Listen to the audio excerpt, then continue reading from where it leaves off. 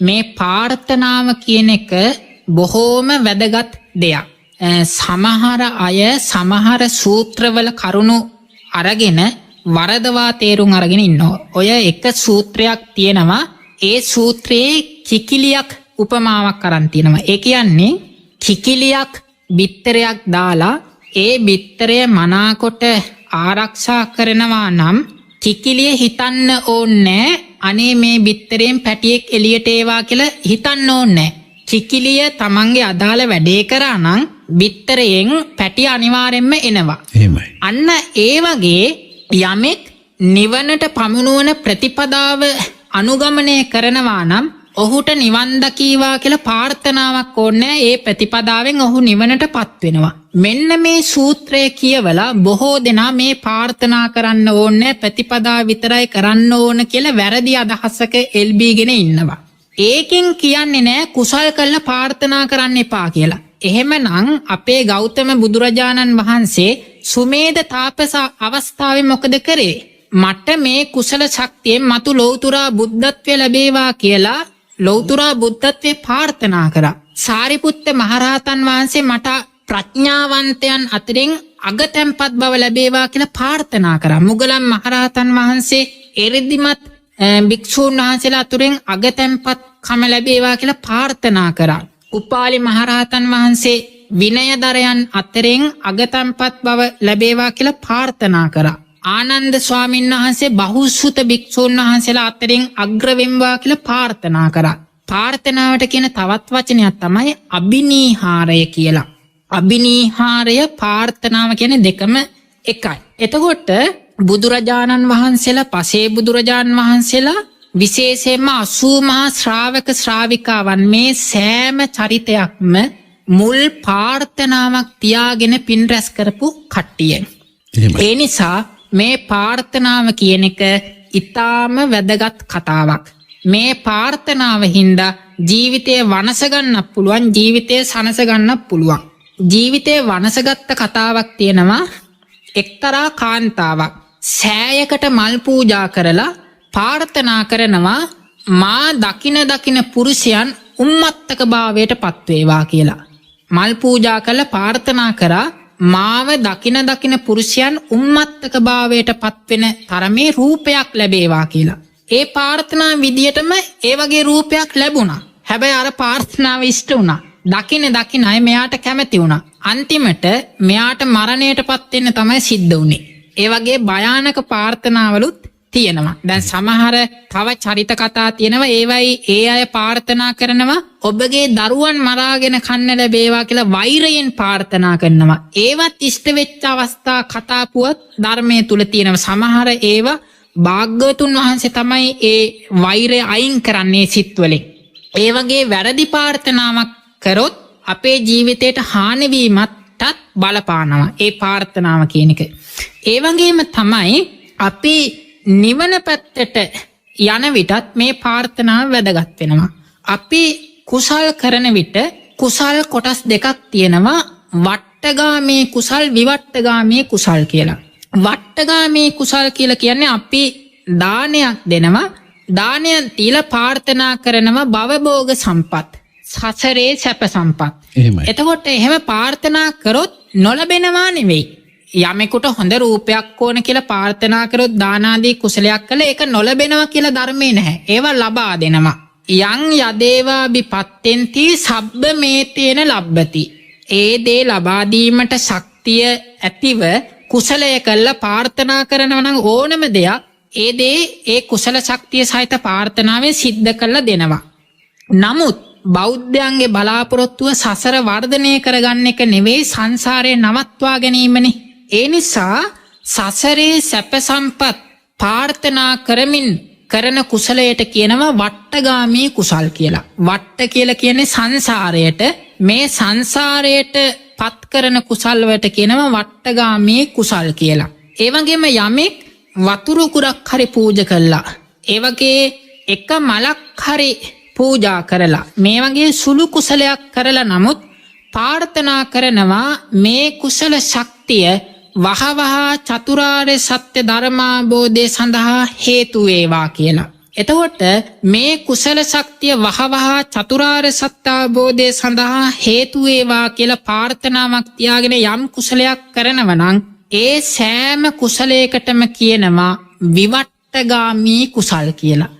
විවට්ට කියලා කියන්නේ නිර්වාණයට කියන නමක්. මේ නිවනට පැමිණීමට උපනිශ්‍රය වෙන හේතු වන කුසල් වලට කියන නමක් තමයි විවට්ටගාමී කුසලය කියලා කියන්නේ.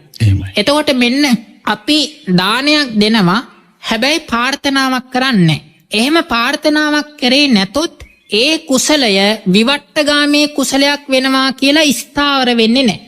ඒක සමහර වෙලාවට කනාවට නිවනට උපනිශ්‍රය වෙන්නත් පුළුවන්. හැබැයි වෙනවාම කියලා නියත වෙන්නේ නැහැ. හැබැයි අපි සුළු කුසලයක් හරි කුඩා කුසලයක් හරි කරලා අපි ප්‍රාර්ථනාවක් කරොත් මේ කුසල ශක්තිය වහවහ චතුරාර්ය සත්‍ය අවබෝධය සඳහා උපනිශ්‍රේ වේවා කියලා ඒ සෑම කුසලයක්ම විවට්ටගාමී කුසලයක් බවට පරිවර්තනය වෙන්නේ මේ ප්‍රාර්ථනාව හරහා. ඒ නිසා තමන් කරන සෑම කුසලයක්ම කරලා අවසානයේ ප්‍රාර්ථනාවක් කරොත් මේ කුසල ශක්තිය චතුරාර්ය සත්‍ය අවබෝධය සඳහා උපනිශ්‍රේ වේවා කියලා ඒ කුසල් විවට්ටගාමී කුසල් බවට පත් වෙනවා. නිවන් දැකීමට උපනිශ්‍රේ වෙන කුසල් බවට පත් වෙනවා. ඊට අමතරව මේ ප්‍රාර්ථනාව පිළිබඳව ප ဋ ාණ දේශනාව තුල දේශනා කරලා තියෙනවා පත්තනා සද්දාය උපනිශ්‍රේ පච්චයේන පච්චයෝ. උපනිශ්‍රේ වෙනවා කියන්නේ බලවත් හේතුව වෙනවා කියන අදහසයි.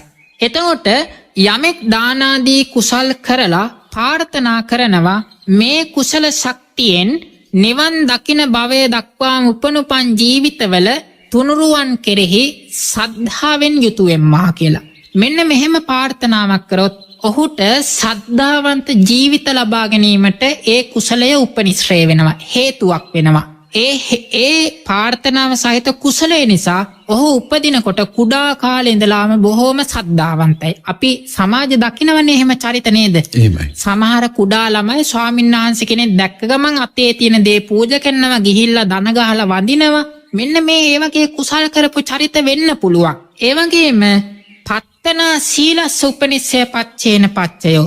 කුසලයක් කළා ප්‍රාර්ථනා කරනවා මේ කුසල ශක්තිය මතු උපනුපන් ජීවිතවල නිවන් දකිනකම්ම සීලවන්ත ජීවිතයක් ගත කරන්නෙකු වෙම්වා කියලා. එහෙම වුණොත් ඔහු උප්පත්තියේ පටන්ම සිල්වත් කෙනෙක් බවට පත් වෙනවා. අපිට සමාජයේ හම්බ වෙනවා සමහර කුඩා ළමයි මම 3 වසරේ ඉඳලා මම දන්න කාලේ ඉඳලා සතෙක්වත් මරලා නැහැ, බොරුවක් කියලා නැහැ. ඔහොම ළමයි අද සමාජෙත් ඉන්නවා. අඩුයි නමුත් ඉන්නවා. මෙන්න මේ කුඩා කාලේ ඉඳලා මේ වගේ සිල්වත් චරිත බිහි වෙන්නේ මේ වගේ ප්‍රාර්ථනා කළ කුසල් කරපු අය වෙන්න පුළුවන්කම තියෙනවා. ඒ වගේම පත්තනා සුතස්ස උපනිශ්‍රේ පච්චේන පච්චයෝ. මේ ප්‍රාර්ථනාව කුසලයක් කළ ප්‍රාර්ථනා කරොත් මේ කුසල ශක්තියෙන් බහුසුත යෙකුවෙම්වා කියලා ආනන්ද මහරහතන් වහන්සේ වගේ අපේ දැනුම උගත්කම හොඳට හදාගන්නත් කුසලයක් කළ ප්‍රාර්ථනා කරොත් ඒක උපකාරය ලැබෙනවා, ඒක උපනිශ්‍රේ වෙනවා. ඒ වගේම පත්තනා ඡාගස්ස උපනිශ්‍රේ පච්චේන පච්චයෝ. කුසලයක් කළ ප්‍රාර්ථනා කරනව මහබෝසතාණන් වහන්සේලා වගේ මේ කුසල ශක්තියෙන් මතු උපනුපන් ජීවිතවල අධික වූ පරිත්‍යාග ගුණයෙන් යුතු වෙම්වා කියලා. මෙන්න මෙහෙම ප්‍රාර්ථනා කළ කුසල් කරාම අර වෙස්සන්තර කුමාරයා වගේ උපදිනකොටම අම්මේ මට යමක් දෙන්න දානි දෙන්න ඕන.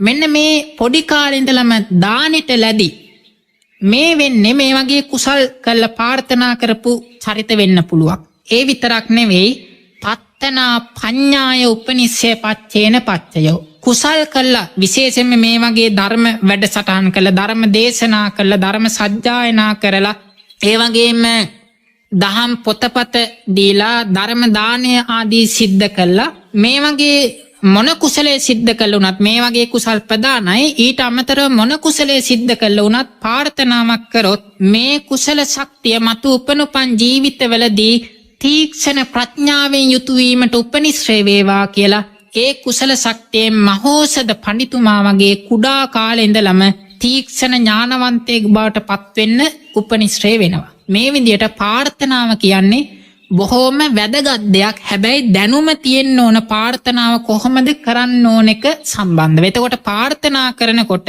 බෞද්ධයෙක් විදියට මුලින්ම නිවන චතුරාර්ය සත්‍ය අවබෝධය ප්‍රාර්ථනා කරන්න ඕන. ඊළඟට සත්පුරුෂ ඇසුර නිවන් දකින තුරුම බුදු පසේබුදු මහරහතන් වහන්සේලා වගේ සත්පුරුෂයන්ගේ ඇසුර ප්‍රාර්ථනා කරන්නට ඕන. අනිත් කරුණ තමයි මේ කුසල ශක්තියෙන් නිවන් දකින භවය දක්වාම බුදු පසේබුදු මහරහතන් වහන්සේලාගේ සද්ධර්ම ශ්‍රවණය කරන්නට ලැබේවා කියලා මෙන්න මේ ප්‍රාර්ථනා තුන අනිවාර්යෙන්ම කරන්නට ඕන. චතුරාර්ය සත්‍ය අවබෝධය, සත්පුරුෂ ආශ්‍රය, සද්ධර්ම ශ්‍රවණය කියන මේවා ප්‍රාර්ථනා කරගෙන පින් රැස් කිරීම වහවහා නිවනට පත්වීමට තියෙන නොවරදින ප්‍රතිපදාවක්. ඒ නිසා ප්‍රාර්ථනාව කියන එක සුළුපටු කළා සැලකිය යුතු දෙයක් නෙමෙයි, බොහෝම වැදගත් කාරණාවක්. අපි කරන සෑම කුසලයක්ම විවට්ටගාමී කුසල් බවට පෙරලා ගන්න පුළුවන් මේ ප්‍රාර්ථනාව හරහා.